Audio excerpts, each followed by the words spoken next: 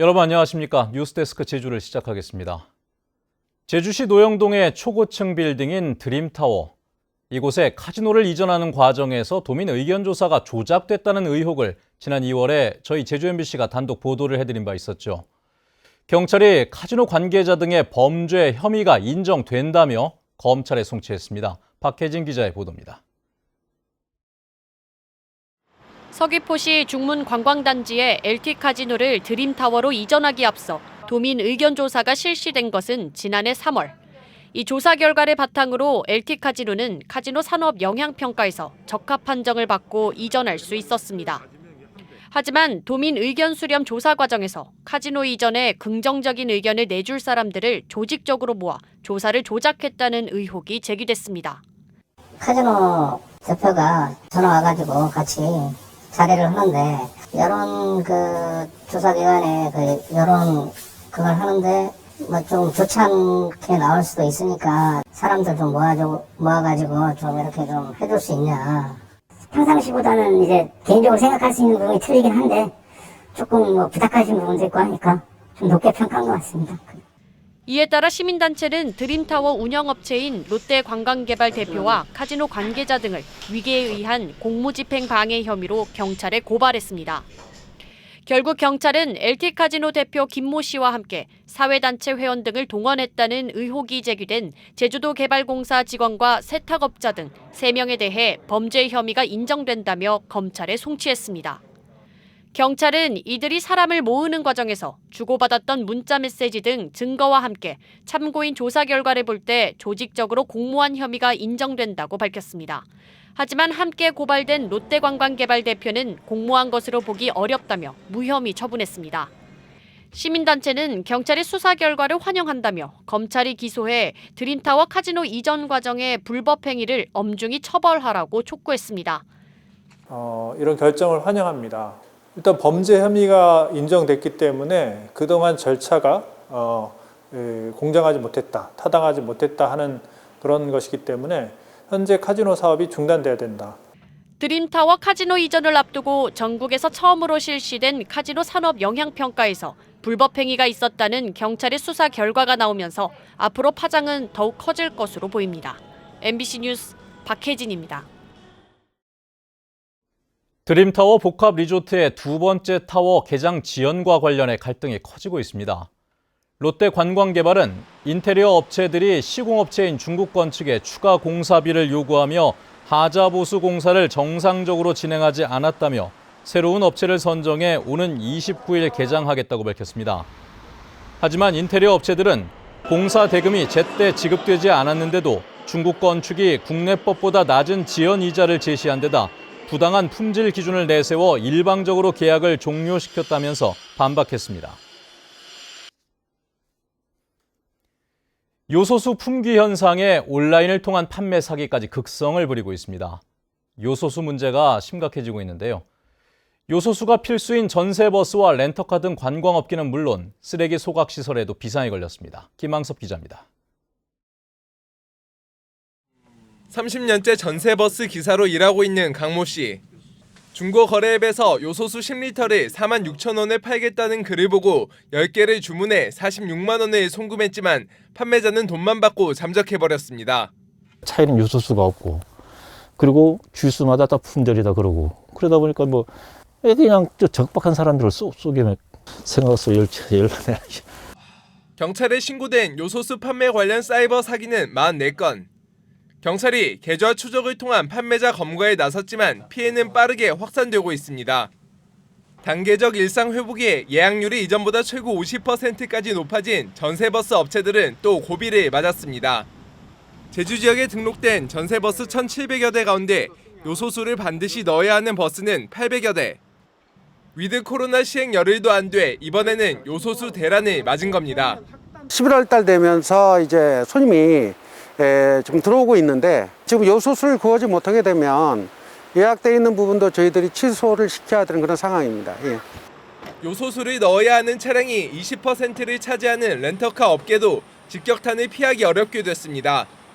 당장 공항과 차고지를 연결하는 셔틀버스 운행마저 멈춰야 할 상황입니다. 육지에서 관광객들이 단체로 많이 놀러 오고 있는데, 예, 지금 요소수 때문에 승합 차량들이 지금 많이 나가지 못하고 있고, 그리고 또 예약도 못 받고 있는 시점이고.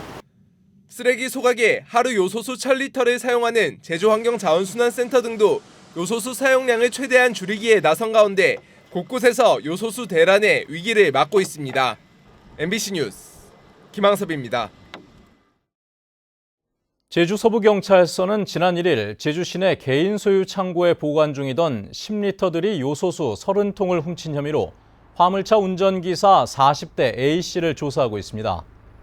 경찰은 CCTV를 분석해 A씨를 특정하고 출석을 요구했는데 A씨는 인근의 다른 창고와 착각해 요소수를 가져갔다고 경찰에 진술한 것으로 전해졌습니다.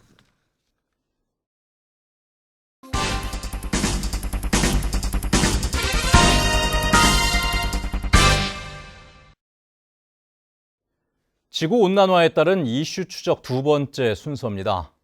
제주의 바닷물 온도가 올라가면서 크기가 작고 붉은색을 띠는 아열대성 해조류인 홍조류가 빠르게 번지고 있습니다.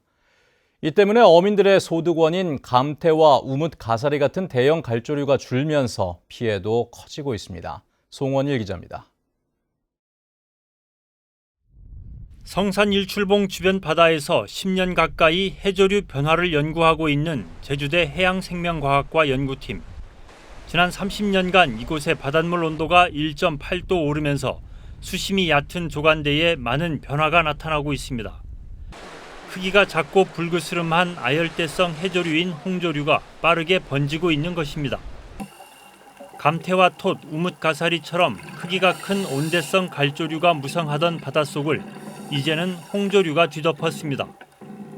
대형 갈조류는 수온 16도에서 18도 사이에서 가장 잘 자라지만 수온 상승으로 직접 타격을 입고 있습니다. 30년 전과 비교한 연구 결과 1985년에는 갈조류와 홍조류의 종류가 비슷하게 분포했으나 2016년에는 홍조류가 갑절 이상 늘었습니다. 홍조류가 바닷속을 장악해가면서 종 다양성 지수가 떨어지고 있는 것입니다. 여름철 고수온 현상이 나타난다거나 겨울철에도 수온이 낮아지지 않고 높게 유지되는 현상이 나타날 때에는 해조군집들이 매우 단조로워지는 현상들이 뚜렷하게 나타나고 있습니다. 수온 상승으로 깊은 바다에서는 산호류가, 얕은 바다에서는 홍조류가 번지면서 중간에 낀 대형 갈조류는 갈수록 줄어들고 있습니다. 특히 어민들의 소득원인 우뭇가사리 생산량은 2010년 3,455톤에서 2019년 599톤으로 83% 감소했고 톳도 822톤에서 266톤으로 68% 줄었습니다. 지난 30년간 보면 한 20-30% 이상 줄어들었기 때문에 이런 채취를 통해서 소득을 이제 얻을 수 있는 그런 기회가 이제 적어지게 되고 그러면 그게 바로 어민 소득으로 이어질 수 있습니다. 지구 온난화로 제주 바다 생태계가 빠르게 변하고 어민들이 입는 피해도 커지면서 시급하게 대책을 세워야 할 것으로 보입니다. MBC 뉴스 송원일입니다. 한라산 고지대에 올가을 들어 첫눈이 내린 가운데 오후 들어서는 산지에 대설주의보가 발효됐습니다. 내일까지 제주 산지에는 3에서 8cm의 눈이 오겠고 해안에는 5에서 20mm의 비가 내리겠습니다.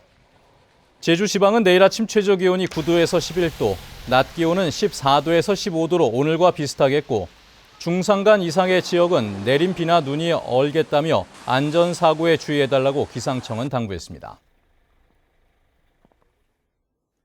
제주에서는 오늘 오후 5시까지 코로나19 신규 확진자 11명이 발생했습니다. 서귀포시 사우나 확진자 4명이 추가되면서 관련 확진자는 18명으로 늘었고 제주시 사우나 관련 확진자도 1명 추가돼 6명으로 늘었습니다. 방역당국은 제주시 한림읍 한림정랑 장례식장에 지난 5일부터 이틀 동안 확진자가 다녀간 사실을 확인하고 같은 시간대 방문자들에게 진단 검사를 받아달라고 당부했습니다. 도내 한 새마을 금고에서 근무하다 지난 4월 극단적 선택을 한 직원의 사망과 관련해 직장 내 괴롭힘이 원인이라는 조사 결과가 나왔습니다. 광주지방고용노동청 제주근로개선지도센터는 이사장의 사적 업무 지시와 수시 인사 이동 등은 직장 내 지위를 이용한 괴롭힘이라며 재발 방지 대책 마련을 지시했습니다. 유족들은 이 같은 조사 결과를 통보받고 근로복지공단에 직장 내 괴롭힘에 따른 업무상 산업재해 보상을 신청했습니다.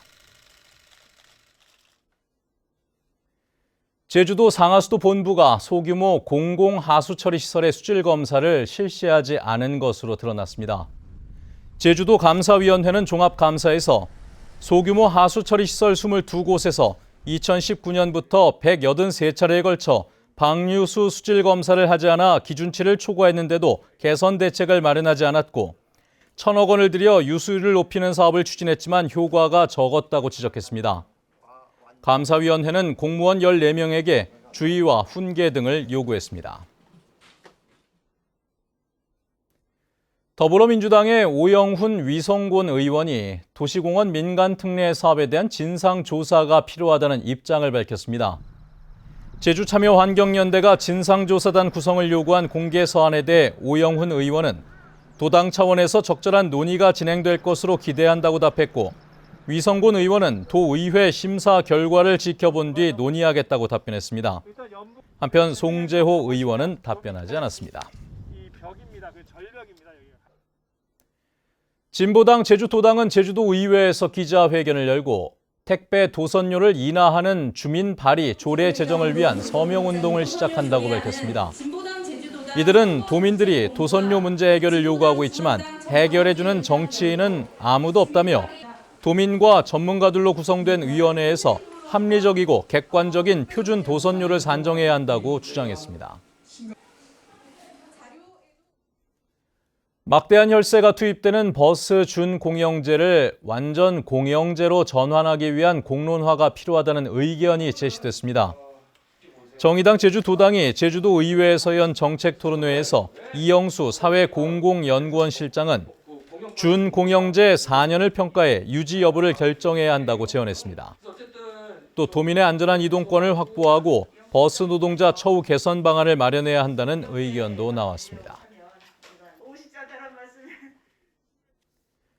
제59주년 소방의 날 기념식이 오늘 제주 소방교육대에서 열린 가운데 박근호 제주도 소방안전본부장은 소방관이 안전해야 제주도가 안전하다며 소방관 인력 충원과 안전장비 확충에 노력하겠다는 구만섭 제주도지사 권한대행의 기념사를 대독했습니다. 기념식에서는 음압 특수 구급차를 도입해 코로나19 대응에 기여한 송용주 소방령이 대통령 표창을 받는 등 12명이 표창장을 받았습니다. 뉴스데스크 제주였습니다. 여러분 고맙습니다.